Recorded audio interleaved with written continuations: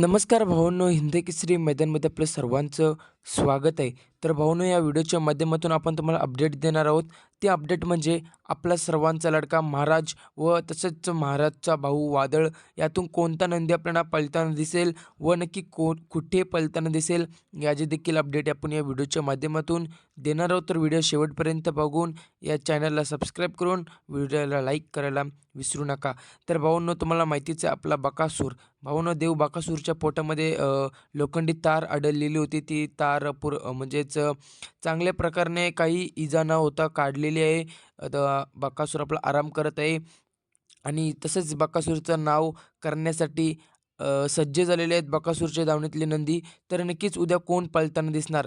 तर भावांनो, उद्या आपल्याला फक्त महाराज पळताना दिसणार आहे. वादळचं अजून काही नियोजन झालेलं नाही आहे. रात नियोजन झालं तर उद्या आपल्या चॅनलवरती व्हिडिओ येईल. तर भावांनो, नक्की कुठे पळेल उद्या महाराज? तर भावांनो, उद्या महाराज आपल्याला पळताना दिसेल नागठाणे येथे. भावांनो, नागठाणे येथे मैदान आहे, तिथे आपला महाराज पळताना दिसेल. पायऱ्याची आणि गटाची व्हिडिओ उद्याच येईल मित्रांनो. आता गट देखील काढायला सुरुवात झालेली आहे.